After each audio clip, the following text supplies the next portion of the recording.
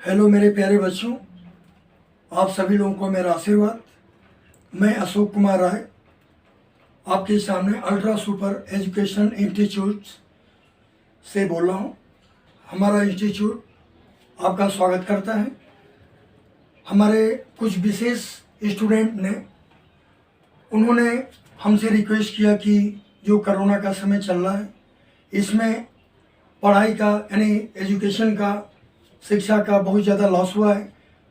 Online में बच्चे ठीक से समझ नहीं पा रहे हैं, उनके लिए बहुत सारे प्रॉब्लम क्रिएट हो रहे हैं। तो उन्होंने विशेष मुझसे निवेदन किया कि सर आप पूरे टॉपिक को, पूरे कंटेंट को स्पेशली पूरे डीपली उसको आप समझाइए, बताइए, ताकि हम लोगों को नीट, आईटी, जेई किसी भी कंपटीशन में या एनडीए हो या कोई भी कंपटीशन हो, उसमें हम सभी लोगों को क्वालिफाई करने में या नीट है उसको क्रैक करने में, जेई को क्रैक करने में हमको काफ़ी आसानी मिले। इसलिए इसी कार्य के निमित्त मैं आज से आपका ये चैनल शुरू कर रहा हूँ, जिसमें आपको मैं पहले बेसिक चीज़ों को, जो अल्फ़ाबेट हैं, जो स्टार्टिंग है फ्रॉम बेस, जो आधार से शुरू होता है, और हम धीरे धीरे आपको टॉप तक ले जाएंगे। इसमें हम आपको फिजिक्स, केमिस्ट्री, जूलॉजी, बॉटनी, हम सभी सब्जेक्ट को आपको हम बताएंगे। और ये हमारे पढ़ाने के बाद आपको कोई भी बुक की आवश्यकता नहीं पड़ेगी। जो भी कंटेंट आपको देंगे, जो टॉपिक आपको देंगे, बताएंगे, उसके बारे में जो भी हम आपको नॉलेज प्रोवाइड करेंगे, वो एब्सोल्यूट होगा, वो 100% वो आपके लिए ज़्यादा बेनिफिशियल होगा, वो आपके लिए एडवांटेजेस होगा। उसको देखने के बाद फिर आपको न तो एनसीईआरटी देखना पड़ेगा, न तो और भी कोई साइड बुक या जो भी रेफरेंस बुक है उसको आपको टच करना पड़ेगा। इसमें इतनी सारी चीज़ों में आपको दे दूंगा हर कंटेंट के बारे में कि आपको दूसरे बुक को देखने की आवश्यकता नहीं पड़ेगी। तो इसके निमित्त मैं आज आपको ये मैं शुरू कर रहा हूँ अपने टॉपिक को, जिसको आप ध्यान से देखेंगे, उसको समझेंगे, और जहाँ आपकी आवश्यकता होगी उसको अपने नोटबुक का नोट भी कर सकते हैं। तो इसके बाद में नीट के लिए भी बहुत सारे क्वेश्चंस मैं आपको प्रोवाइड करूँगा बाद में, पूरे न्यूमेरिकल्स, थियरी, डेरिवेशन। और नीट के जो क्वेश्चंस हैं मिनिमम 500 प्लस मीन्स 500 से लेकर आगे तक जितने मैक्सिमम हो सकते हैं चैप्टर वाइज मैं आपको मटेरियल भी प्रोवाइड करूँगा। तो पहले मैं फिजिक्स से शुरू करूँगा, धीरे धीरे मैं आपको वीडियो आपको डालूंगा। आपको कंटिन्यूअस 1 बाय 1 हर वीडियो के सीक्वेंस में देखना है। अगर आपको अच्छा लगता है तो आप और भी आपके जो फ्रेंड्स हैं, आपके जो कलीग्स हैं, आपके जो क्लास फेलो हैं, उनको आप इसमें शेयर करेंगे। Okay, thank you very much. अब मैं शुरू करता हूँ आपका कंटेंट, आपका टॉपिक। पहले जो भी बोर्ड हैं पूरे ऑल ओवर इंडिया में, जितने भी बोर्ड्स हैं, चाहे सीबीएसई बोर्ड हो, यूपी बोर्ड हो, महाराष्ट्र बोर्ड हो या आईसीएसई बोर्ड हो, सभी बोर्ड के स्टूडेंट के लिए आपका स्वागत है। इसमें जो भी देखेंगे इससे ज़्यादा बाहर कुछ भी आपको नहीं पढ़ना पड़ेगा। जो मैं आपको बता रहा हूँ उसको सावधानी से आप उसको देखें, सीखें, लर्न करें, प्रैक्टिस करें। आपको मेरा दावा है कि 100% आपको सफलता मिलना ही मिलना है। Okay, thank you. अब मैं शुरू करता हूँ अपने कंटेंट को। ये पहला चैप्टर जो आप पहले मैं 11th क्लास का शुरू करता हूँ, जिसमें आपका फिजिकल वर्ल्ड है, यूनिट्स एंड मेजरमेंट है, एरर्स हैं, डायमेंशन है। ये सभी चीज़ें आपकी इंक्लूडेड होंगी, जिनमें सबसे पहले जो हमारा कंटेंट होगा वो फिजिकल वर्ल्ड के बारे में होगा। तो फिजिकल वर्ल्ड के बारे में बताऊंगा। तो आप जैसा कि आप जानते हैं कि हमारा पूरा का पूरा जो कॉस्मॉस है, हमारा यूनिवर्स है, वो हमारे पूरे यूनिवर्स में वो मैटर और एनर्जी दो चीज़ें हैं। तो जब तक हम आपको पूरे मैटर्स के बारे में, पूरे यूनिवर्स के बारे में ज्ञान नहीं दूंगा, तो फिजिकल वर्ल्ड या मेजरमेंट के बारे में आपको बहुत सारी चीज़ें वो ठीक से आप उसको समझ नहीं पाएंगे। इसलिए सबसे पहले मैं फिजिकल वर्ल्ड में शुरू करूंगा। इसके बाद क्रमशः हर वीडियो आपको डालते जाएंगे, आप सीक्वेंस वाइज देखते जाएंगे, तो आपका एक कम्युनिकेशन होगा और हर चीज़ों को आप समझते जाएंगे। ओके, मैं शुरू करता हूँ। सबसे पहले आपका ये जो सब्जेक्ट है, ये सब्जेक्ट फिजिक्स है, जिसमें हम फिजिक्स को क्लास 11th से मैं इसको शुरू करता हूँ फिजिक्स को। इसमें आपका टॉपिक है, टॉपिक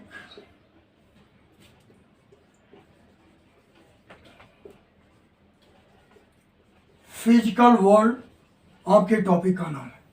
इसके बाद unit, measurement, errors and dimension क्रमशः बताएंगे। उसके डेरिवेशन, न्यूमेरिकल्स जो भी होंगे, एमसीक्यू होंगे, सब आपको बताएंगे 1 bye 1।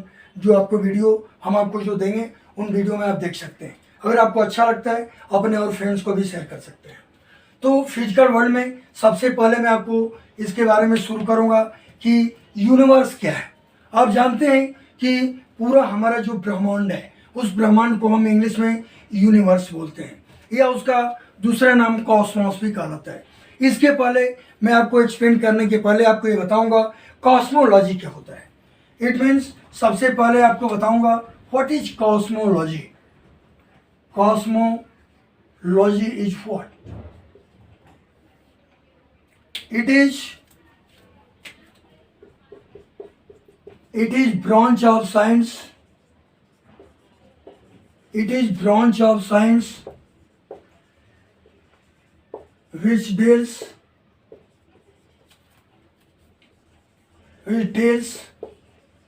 the study of universe or cosmos,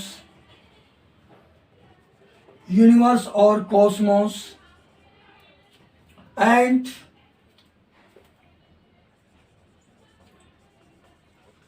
provide the knowledge, also provide the knowledge about celestial object, about all celestial objects.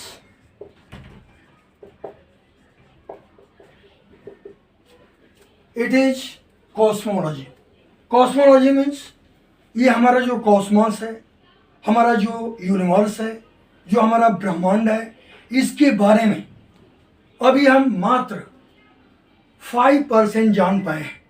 पूरे वर्ल्ड वाइड, पूरे वर्ल्ड के जितने भी साइंटिस्ट हैं, वो अपने द्वारा निर्मित जो दुनिया का सबसे बड़ा टेलीस्कोप है, radio telescope and highly magnifying telescope, जो हबल टेलीस्कोप के नाम से हम उसको जानते हैं, उससे स्टडी करने के बाद ये सभी एस्ट्रोनॉमिस्ट को ये पता चला है।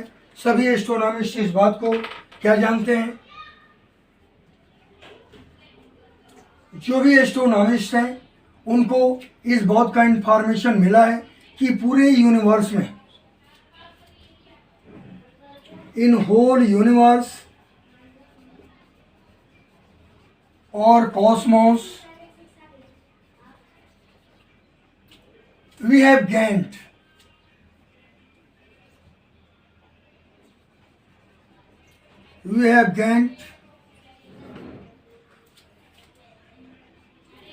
the knowledge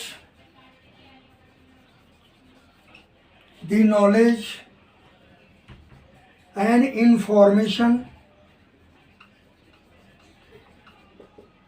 about celestial objects,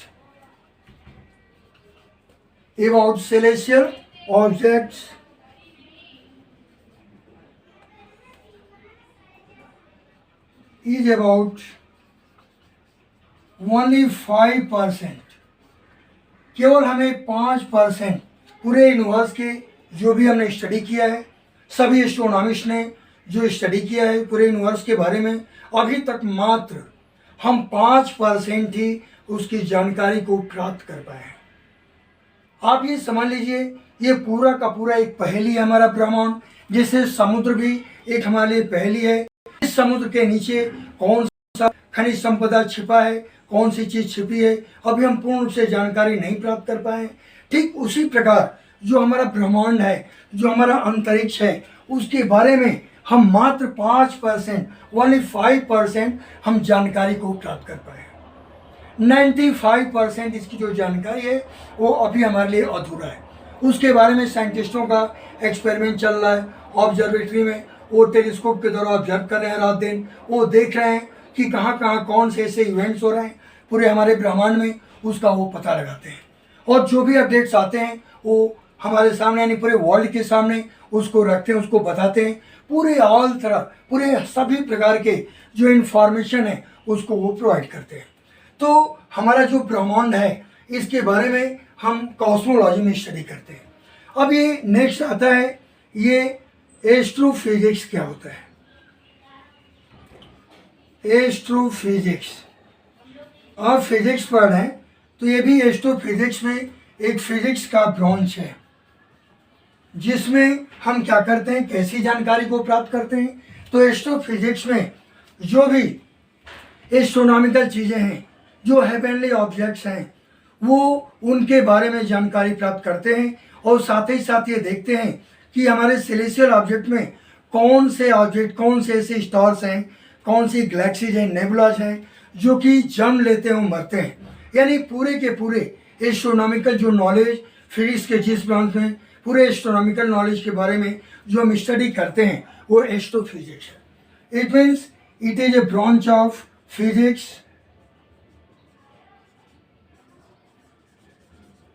it is a branch of physics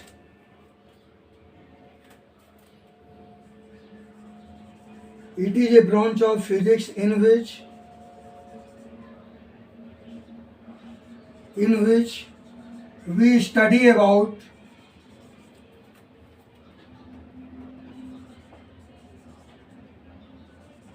astronomical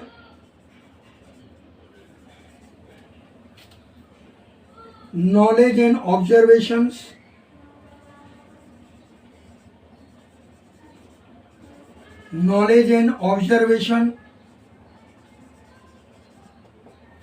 which related to our universe or cosmos.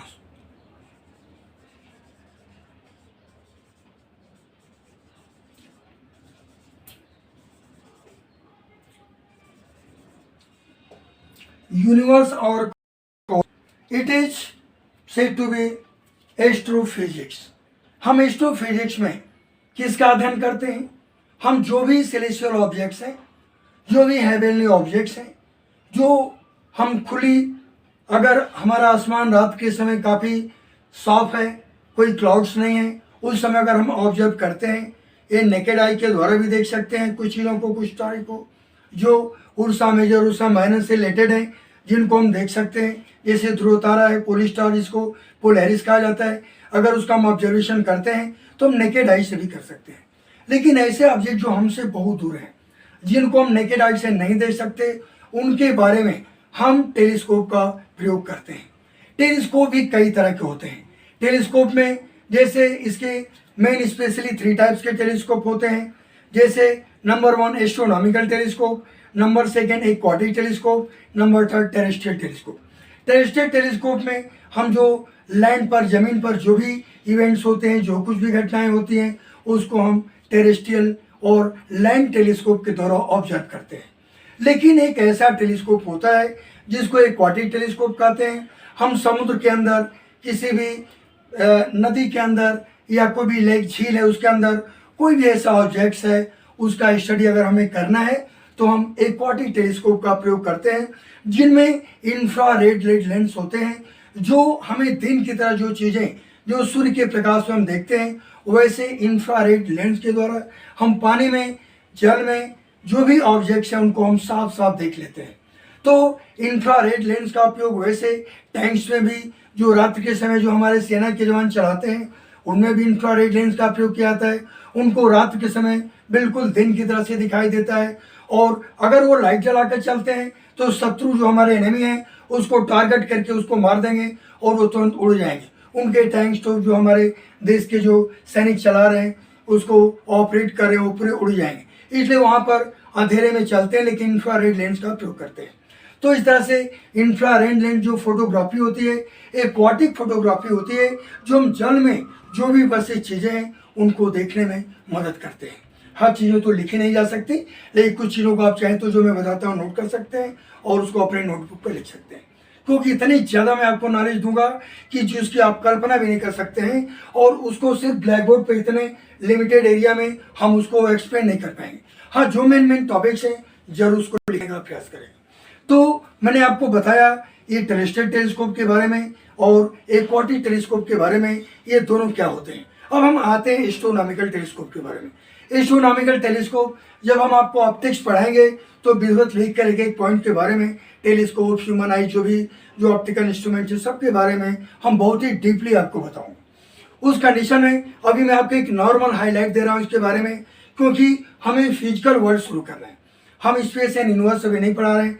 जब पढ़ाएंगे स्पेस यूनिवर्स तो काफ़ी डीपली आपको इतनी ज़्यादा इंफॉर्मेशन दूंगा जिसकी आप कल्पना भी नहीं कर सकते। फिलहाल अभी मैं आपको फिजिकल वर्ल्ड में जो लिमिटेड चीज़ें हैं उतना तक मैं थोड़ा थोड़ा आपको हाईलाइट इसके बारे में कर रहा हूँ। तो हाँ, मैं आता हूँ टॉपिक पर। ये टॉपिक हमारा क्या था? एस्ट्रोनॉमिकल टेलीस्कोप के बारे में। एस्ट्रोनॉमिकल टेलीस्कोप क्या है? ये भी कई तरह के होते हैं, कई प्रकार के होते हैं।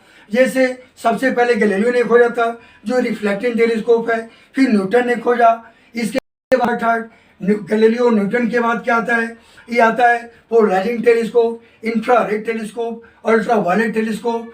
हबल जो हाईली मैग्नीफाइंग टेलीस्कोप है वो हबल टेलीस्कोप कहलाता है। इसके बाद दुनिया का जो सबसे the largest telescope in the world, it is said to be radio telescope which is located in America, USA, United States of America. It is the very largest telescope in the world. It is said to be radio telescope. ये radio telescope इसको कहा जाता है जो पूरे world का सबसे बड़ा है। ये पूरे हाइड्रोलिक सिस्टम पर है। आप उसमें बैठ जाएं, आप बटन दबाएंगे, ऐसे उसके लेंस के जो बैरल्स हैं उठते जाएंगे, ऊपर होंगे। आप बैठ कर आराम से आप किसी भी सेलेशियल ऑब्जेक्ट को ऑब्जर्व कर सकते हो, उसको देख सकते हैं।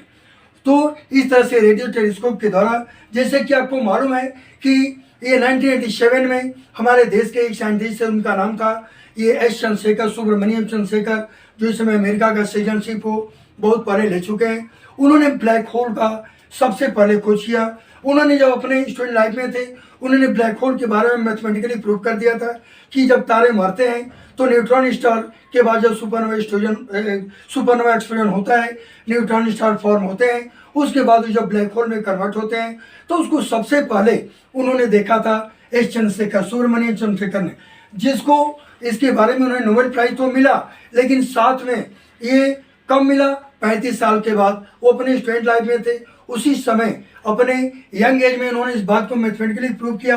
लेकिन वर्ल्ड क्लास के जो एस्ट्रोनॉमर थे, जो अमेरिका के एस्ट्रोनॉमर थे, वो हंसने लगे कि इंडियन क्या ये ऐसा कर सकता है, और उन्होंने उनकी थ्योरी को कचरे में फेंक दिया।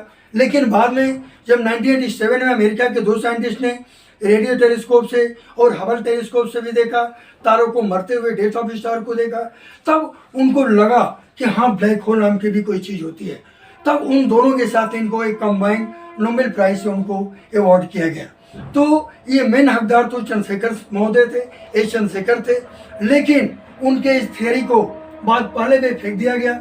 असल में ऐसा होता है कि कुछ लोग कुछ चीज़ों को बताते हैं तो लोग हंसते हैं, कह रहे ये क्या करेगा, क्योंकि रीजन उसका होता है ये कि जो व्यक्ति कोई चीज़ बोलता है, समझाता है, तो ये निश्चित तौर पर उसके आईक्यू लेवल से 3-4 स्टेप आगे बढ़कर वो बोलता है, जिससे उनके बीच में कम्युनिकेशन नहीं होता है, तो उनके ऊपर हंसने लगते हैं, अरे ये क्या बोलेगा, ये कैसा है, वैसा है, तरह तरह के कमेंट्स करते हैं।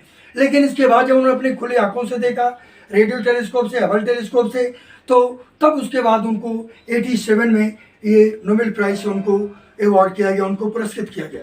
तो ये ब्लैक होल एक ऐसी चीज़ होती है, मैं आगे चलकर बताऊंगा कि आप 1 सेंटीमीटर मीन्स 1 सेंटीमीटर लंबा, 1 सेंटीमीटर चौड़ा, 1 सेंटीमीटर ऊंचा अगर आप एक बॉक्स ले लें, क्यूबिकल बॉक्स ले लें, और केवल आप कल्पना कर सकते हैं, क्योंकि लाइट भी जाती है तो वो भी दोबारा रिटर्न होकर नहीं आ पाती है। लेजर बीम फेंकें, हाईली मोनोक्रोमेटिक कोहेरेंट बीम को आप वहाँ भेजें तो वो भी लौट कर नहीं आ सकती।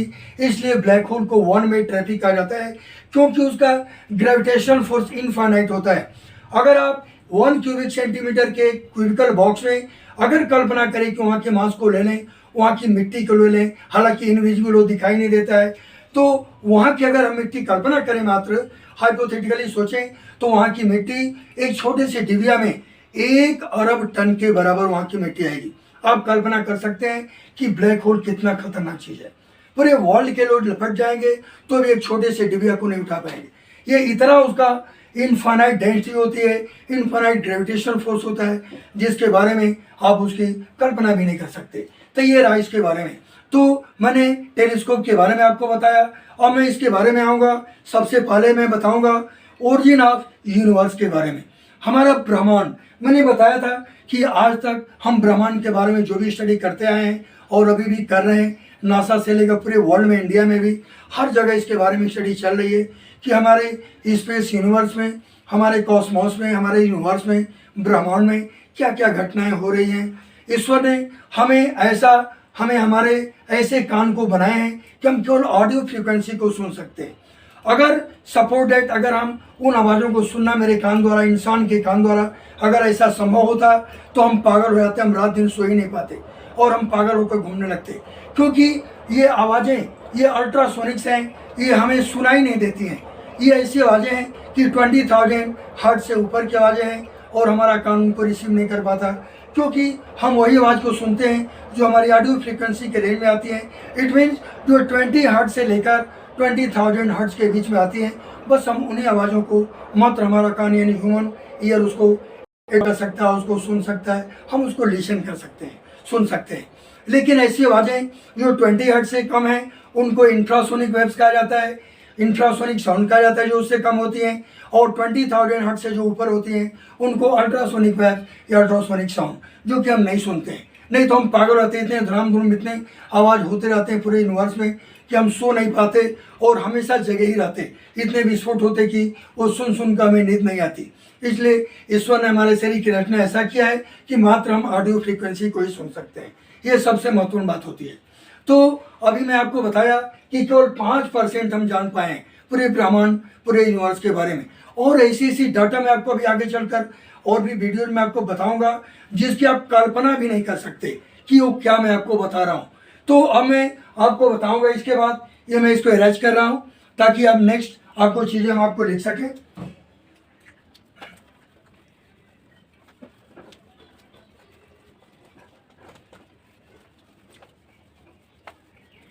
तो अब मैं आता हूं, सबसे पहले मैं आपको बताऊंगा ओरिजिन ऑफ यूनिवर्स के बारे में, हमारे यूनिवर्स की उत्पत्ति कब हुई।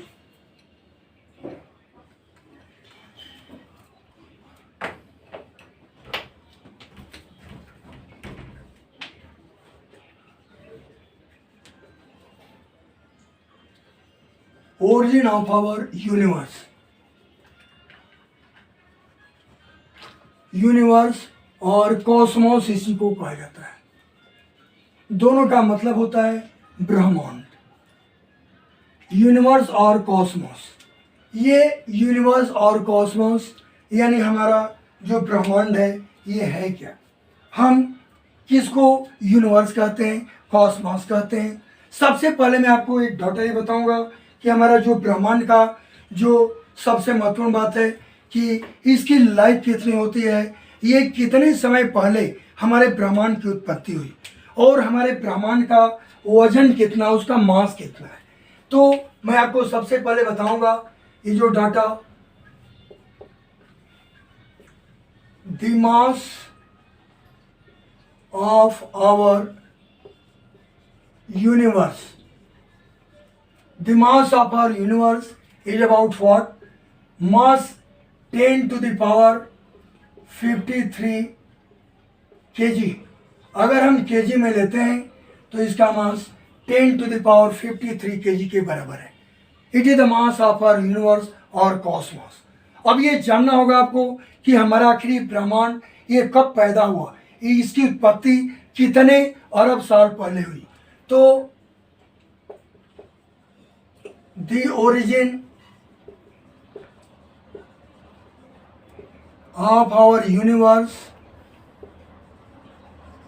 or cosmos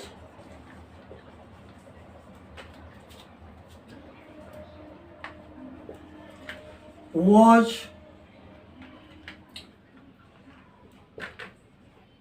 13.8 billion years ago, billion years ago। हमारे ब्रह्मांड की जो उत्पत्ति हुई वो करीब 13.8 अरब साल पहले हमारे ब्रह्मांड की उत्पत्ति हुई। यानी हमारे ब्रह्मांड में बहुत सारी ऐसी चीज़ें रात दिन घटित हो रही हैं जिसको हम नहीं जान पाते हैं, जिसकी हम कल्पना भी नहीं कर सकते। तो ये हमारे ब्रह्मांड, और भी जानते हैं कि कई ब्रह्मांड मिलकर भी ये पूरा एक क्या बनाते हैं, मल्टीवर्स, यूनिवर्स। कई यूनिवर्स जब मिलते हैं तो एक मल्टीवर्स बनाते हैं। अब ये if many universe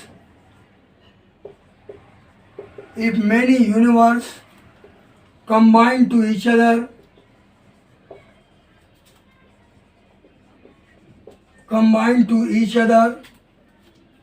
to form multiverse, it is said to be multiverse, माने बहु ब्रह्मांड। अब ये आपको जानकर आश्चर्य होगा कि हमारे मल्टीवर्स कितने हैं, बहु ब्रह्मांड कितने हैं। यानी आपको अभी तक यही मालूम होगा कि हमारा एक पूरा एक ही ब्रह्मांड है जिसमें सभी तारे, बहुत सारे ग्रह नक्षत्र इसमें रिवॉल्व करते हैं, इसमें रोटेट करते हैं, इसमें मोशन में हैं, सभी घूमते रहते हैं। अभी तक आपको यही जानकारी थी। लेकिन मल्टीवर्स में क्या होता है, करीब 10 से लेकर 500 यूनिवर्सेस के अंतर्गत आते हैं। If many universes combine together to form multiverse, and this multiverse contains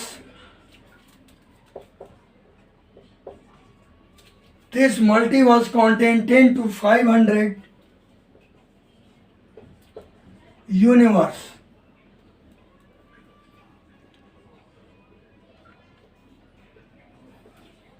ten to 500 universe.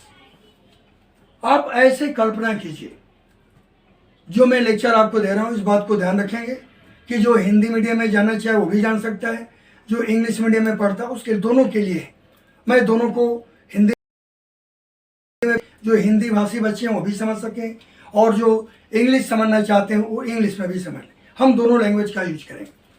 तो it means the many universe combine to each other to form multiverse, बहु ब्रह्मांड का निर्माण करते हैं। And this multiverse contain 10 to 500 universe, यानी इसमें 10 से लेकर मिनिमम 10 to 500 यूनिवर्स इसके अंदर बिलोंग करते हैं।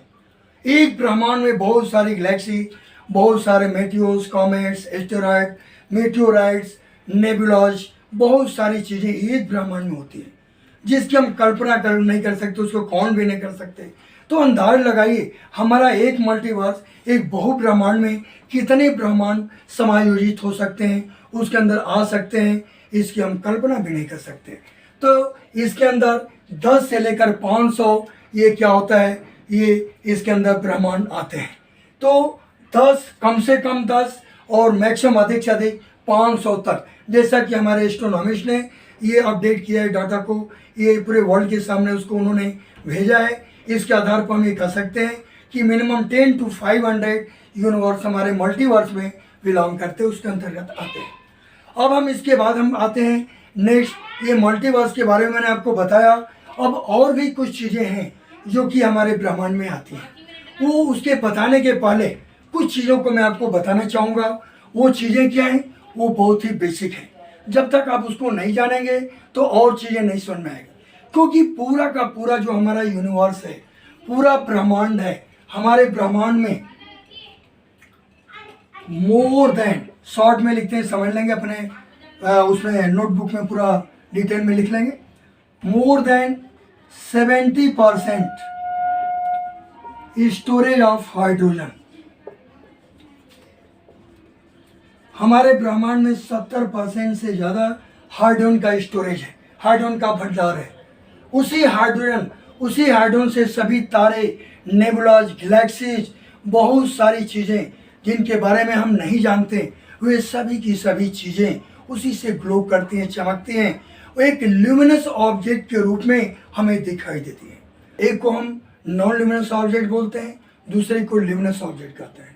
नॉन ल्यूमिनस मीन्स जिसमें अपना स्वयं का प्रकाश नहीं होता, जैसे ईंटें, पत्थर, मेटल्स, चेयर, टेबल, कुछ भी, ये सभी के सभी जो स्वयं ग्लो नहीं उत्पन्न करते हैं, जो अपना प्रकाश नहीं होता है, जो स्वयं चमकते नहीं हैं, वो नॉन ल्यूमिनस कहलाते हैं। और ल्यूमिनस ऑब्जेक्ट वे ऑब्जेक्ट होते हैं जिनमें स्वयं अपनी चमक होती है। It mean those object which have own light, it is said to be luminous object, and those objects which have not its own light, it is said to be non-luminous object. अब ये luminous objects में भी दो kind, इसके दो प्रकार होते हैं। एक होता है हॉट सोर्स ल्यूमिनस ऑब्जेक्ट, दूसरा होता है cold source luminous object. Hot source में हमारा सन है, ये बर्निंग कैंडल है, ग्लोइंग बल्ब है, और हमारे स्टार्स हैं, सन है, ये सभी के सभी ये hot source of luminous object में आते हैं। लेकिन अब प्रश्न उठता है कि cold source of luminous object में क्या आएंगे? Cold source of luminous object में ये फायर फ्लाई, या जिसे हम जुगनू कहते हैं हिंदी में। तो जुगनू जो रात के अंधेरे में चमकते हैं, जलते बुझते ऐसे दिखाई देते हैं, उनको जुगनू या फायर फ्लाई कहा जाता है। फायर फ्लाई क्यों ऐसा चमकते हैं? आपको ये जानकर आश्चर्य होगा कि फायर फ्लाई में जो चमकने का मुख्य कारण होता है, उसके अंदर एक विशेष तरह का केमिकल पाया जाता है। उस केमिकल का नाम है ल्यूकोफेरिन। वो ऑक्सीजन से कांटेक्ट करता है, उसे रिएक्ट करता है, ऑक्सीडेशन की प्रोसेस होती है, रिएक्शन होता है, तो उस कंडीशन में उसके अंदर ग्लो उत्पन्न होने लगती है और वह जुगनू रात के समय वो चमकने लगता है। ये cold source of luminous object की कैटेगरी में आता है। तो इस तरह से जैसे हमने आपको सभी ऑब्जेक्ट बताया, सभी चीज़ों को बताया, जैसे हमने अभी आपको बताया ये ल्यूमिनस नॉन ल्यूमिनस, अब उसी तरह हम आपको नेक्स्ट जो टॉपिक्स है हम आपको वहाँ पर आते हैं, उसके बारे में आपको बताते हैं। ये नेक्स्ट टॉपिक क्या है, मैं आपको थोड़ा इसको इरेज करूँगा, फिर नए सिरे से मैं आपको शुरू करता हूँ इसके आगे का जो पॉइंट है।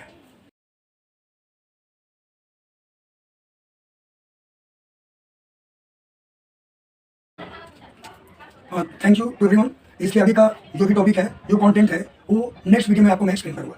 Thank you.